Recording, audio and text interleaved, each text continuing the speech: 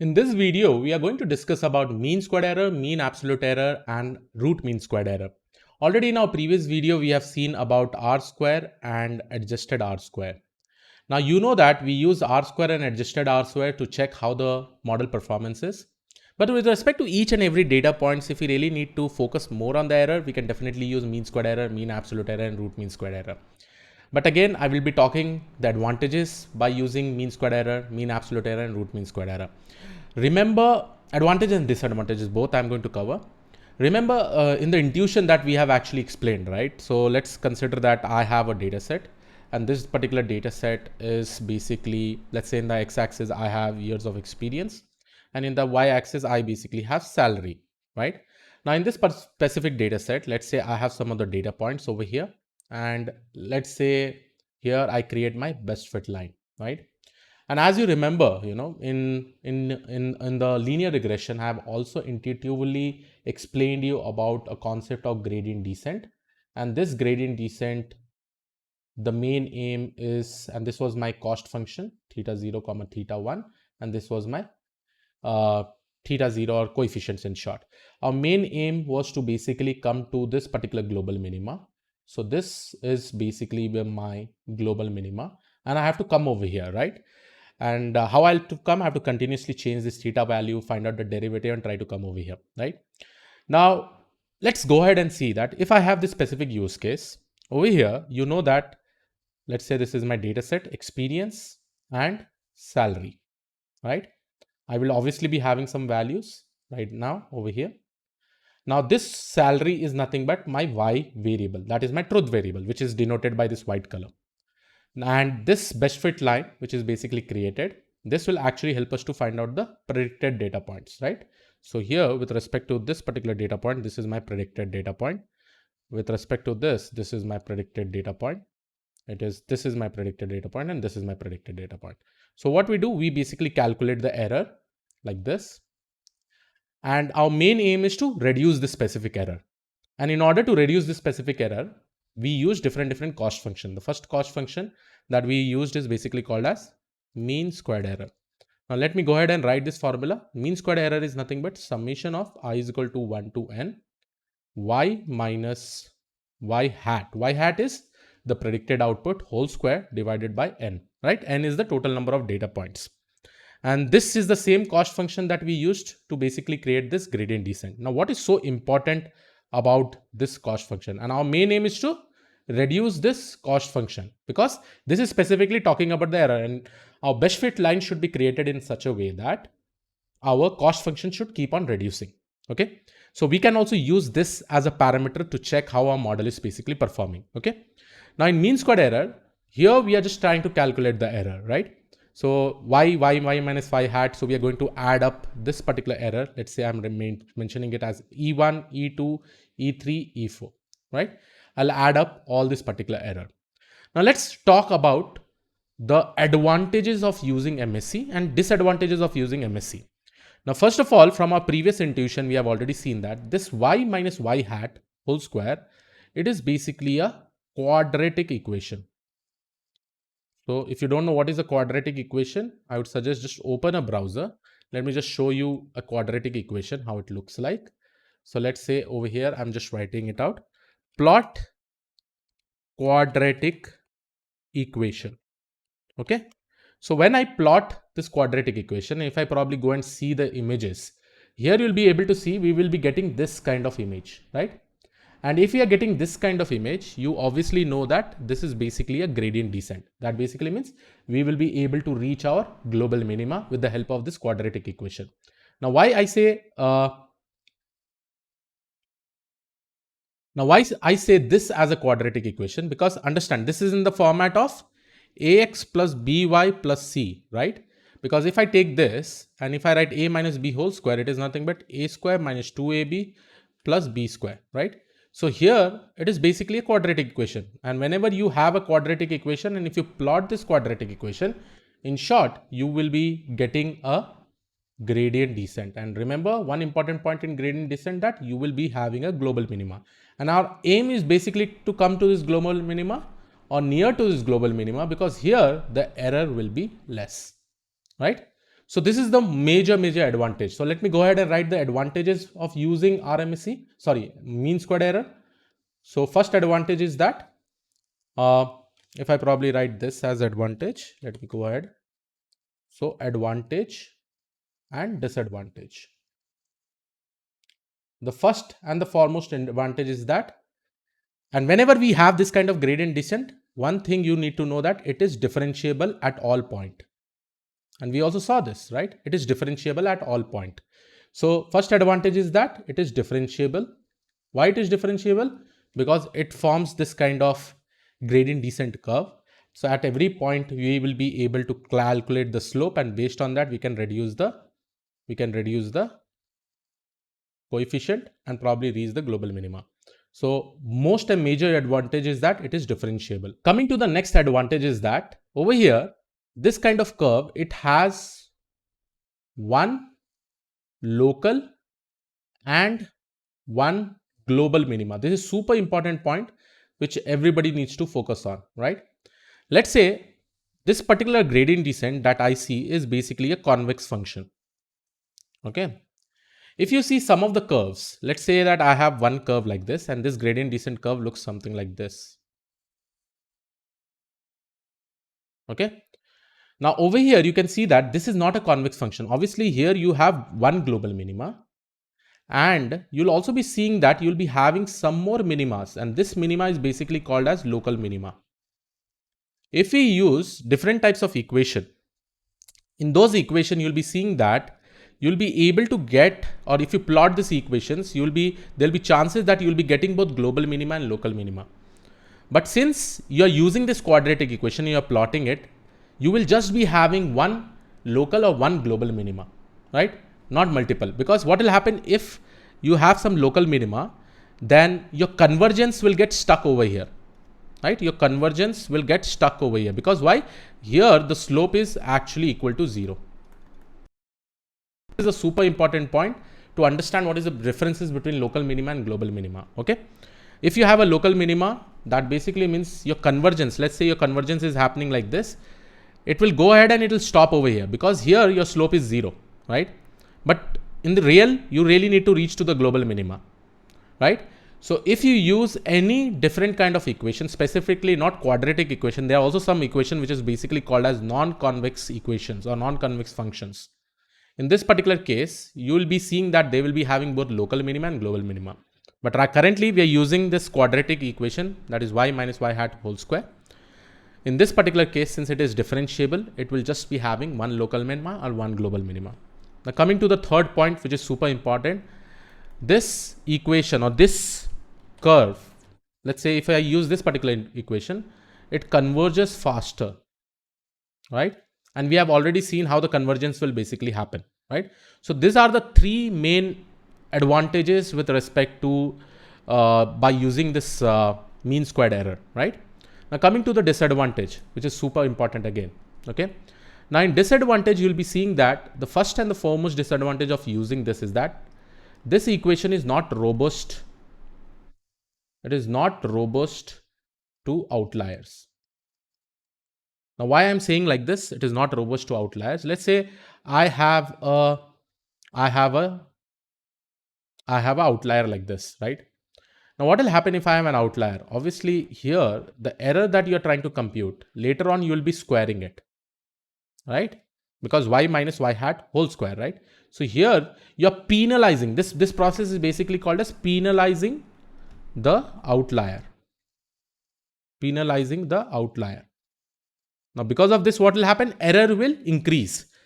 Now, let's consider that I have some data points which looks like this. Initially, my data points was like this, let's say. So based on this, I created a best fit line. But later on, let's say that I included a new data point, which is a kind of outlier like this. Now, what will happen? This line, right? As soon as it sees an outlier, obviously it will go and compute the error. Now, because of this particular error, obviously this error will lead to the increase in the MSE. Right? The MSE will get increased.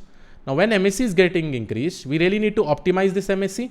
Then what will happen is that because of this error, this line will move towards that particular outlier like this. But this is absolutely wrong, right? Because most of your data points are over here. And because of this outlier, you can see that there is a huge shift of the best fit line from here to there, right? So this is what is an impact of an outlier. So this is not robust. There is definitely, because of the outlier, the line is moving from here to there by a huge difference, right? Because obviously we need to reduce the MSE, but currently the MSE is increasing in this particular case, right? So we definitely say that it is not robust to outliers, okay? So this is the major disadvantage with respect to using MSE. Now coming to the next point with respect to MSE, okay? Here, when I try to find out the difference between y of I and y hat whole square, you'll be able to see that whatever MSE that I get, right? This is basically 1 by n summation, or let me just use this particular equation again. You know that what is MSE? MSE is nothing but 1 by n summation of I is equal to 1 to n y of I minus y of I hat whole square, right? So this is the equation over here, right? Now in this specific equation, what is happening is that you're trying to find out the differences between the truth and the predicted value, right? Over here, just focus on this one, okay? Here, you'll be able to see that y of I minus y of hat whole square, when you're doing whole square, just focus on the units. Let's say my y of I, which is the salary variable, okay? Let's say my x axis is basically experience, y axis is salary. And if I do y of I minus y of I hat whole square, the salary will be in some units. Let's say this is in units like lakhs. Now, right now, y of I is basically in lakhs. But if I do y of I minus y of I hat whole square, that basically I'm changing the units. Now, this is basically becoming lakhs whole square. So at the end of the day, you know, what is happening with respect to MSE is that the y of I and y of I hat, whenever we are trying to compute the MSE, you know, the units is changing when compared to the output variable. So this is also a major disadvantage. So it is no longer in the same unit. Now, why I'm putting up this point? Because it basically becomes very difficult in terms of understanding that specific information. Because let's say if my error is coming as, let's say it is coming as 2.5 lakhs, right? Or whatever error that I'm getting with respect to y of I minus y of I hat whole square is, let's say that it is 2.5. Now here, you know that this particular units that it is specified, it is with lakhs square. So it becomes difficult in understanding when you're comparing it with the truth value. Okay. So this is the major advantage, major disadvantage. So again, let me revise with respect to advantage and disadvantage. First, the advantage is that obviously whenever you use MSE, it is going to create this kind of curve, because y minus y hat whole square is nothing but it is a quadratic equation. And whenever you have a quadratic equation, at the end of the day, you are going to get this kind of curve. So the major advantage with respect to this curve, which is called as a gradient descent curve, it is first of all differentiable, that which I have specified. It has one local and one global minima. It does not have multiple local or more than one global minima, like this kind of situation. So obviously we know that where we really need to reach, that is over here. And when we reach near this, the error will be less. The third thing is that it converges faster because we don't have any local minima over here. The disadvantage is that it is not robust to outliers, and it is not longer in the same unit. That basically means it is not in the same unit. Okay, I'm just going to mention this again. It is not in the same unit. Okay, so this was about MSE. Now let's go ahead and discuss about mean squared error. Mean absolute error. So here I've discussed about MSE. The second one that I'm going to discuss is about mean absolute error. Now, mean absolute error, what happens if we take this cost function or loss function when we are creating our gradient descent, right? So mean absolute error is basically given by the formula 1 by n summation of I is equal to 1 to n. And this is y minus y hat whole, not whole square. It will be the absolute value of y minus y hat. Now here, let's talk about the advantages and disadvantages. First of all, let's go ahead towards the advantage. And let's go towards the disadvantage. Now I think just by seeing the equation, you'll be able to understand the advantage. First of all, this will definitely be robust to outliers. Now, why it is robust to outliers? Because let's consider these are my data points. And let's say I have some of the data points like this, and let's say I have created a best fit line. Let's say again, while training my data points, I get an outlier, which is over here. Now, what will happen is that since my formula is not squaring or not penalizing this specific error, you know that MAE will get increased, but it will not get increased like how MSE used to get increased, right? Error, we are trying to square it over there. But here, the error, what it is coming, it will just increase MAE by some amount. Okay. So because of this, what will happen? My best fit line will not divert that much, but it will just divert in a simpler way like this. Okay. So this movement is just this much. Whereas in the case of MSE, you could see there is a huge movement in the best fit line. Okay. And obviously we need to reduce this MSE also. That is also the major thing. Okay. The second advantage is that when I'm trying to calculate y minus y hat, it will be in the same unit, right? It will be in the same unit. So, same unit. So, understanding the data over here will be simpler because your y hat and y minus y hat will be in the same units. That is like lakhs.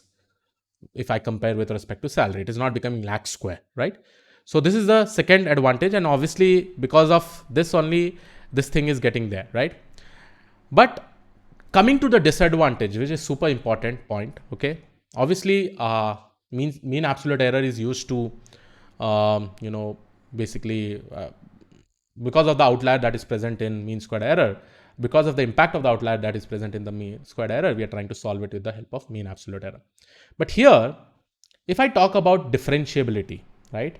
In the case of mean absolute error, if I use this equation, usually what happens, I will get this kind of curve.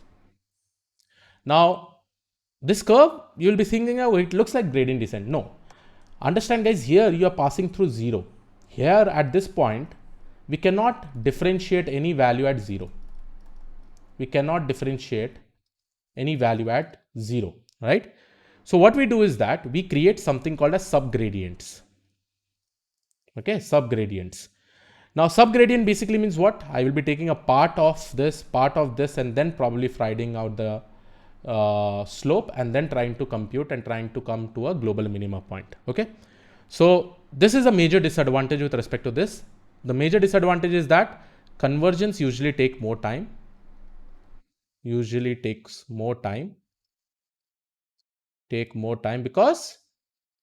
why the convergence will take more time? Because understand the optimization is a complex task. Now, what is the optimization over here? That we really need to come to a global minima. But right now, here you basically have this kind of gradient descent. And you know that at this point of time, if you probably go at this particular point, that basically means it is not at all differentiable at 0. And that is what derivative will not happen at the point of 0, right? You cannot differentiate anything that is at 0. Okay. So what you do is that you try to divide that into subgradient and then you try to calculate the slope. Okay. Then only you'll be able to calculate the slope. Now, optimization is a complex task over here. Definitely, optimization is not that specific easy. But one very important thing that you'll be able to see that, in this, it is definitely robust to outliers, right? This is the major task. Now here, it will definitely be time consuming. Okay. So these are some of the advantages and disadvantages with respect to MAE, that is mean absolute error. Now let's go ahead with respect to third one, which is called as error. So here I'm just going to write it as root mean squared error. Now here we can definitely write RMSE as root of MSE. So if I say root of MSE, what it is nothing but root of 1 by n, summation of I is equal to 1 to n, y of I minus y of I hat whole square. Okay. So this is the entire formula with respect to RMSE. Again, in this, what will be the benefit? One benefit that I can definitely compare, since I'm doing the square root, right? So initially in MSE, it was not in the same unit, right? So first advantage that I would like to call about is that first advantage here, the values that you're getting is in the same unit. Second thing, this is obviously differentiable. Okay. since here also you will be anyhow getting a gradient descent. But the major disadvantage, if I try to talk about, is that since we are again doing squaring here, it is not robust to outliers. Okay, not robust to outliers. Now, we have learned about this all three techniques. At the end of the day, you may be considering, Krish, which one should we use? Should we use MAE, MSE, or RMSE? My answer will be that, guys, as a starter, we should try to look on all three of them, right? RMSE, all three of them. So whenever you'll also be seeing that in further, whenever I try to create any linear regression model, I will also be showing you the errors that is going to come, because see, once we probably create a best fit line, obviously, let's say if there are some data points, first of all, I will try to create a best fit line. Then what I'll do, I will try to calculate the MSE, the mean squared error, the mean absolute error, and RMSE. And after this, I will also try to check the performance of this model with the help of R square and adjusted R square.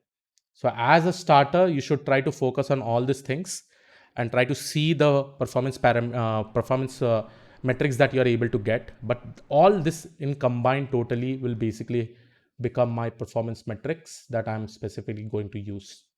Okay.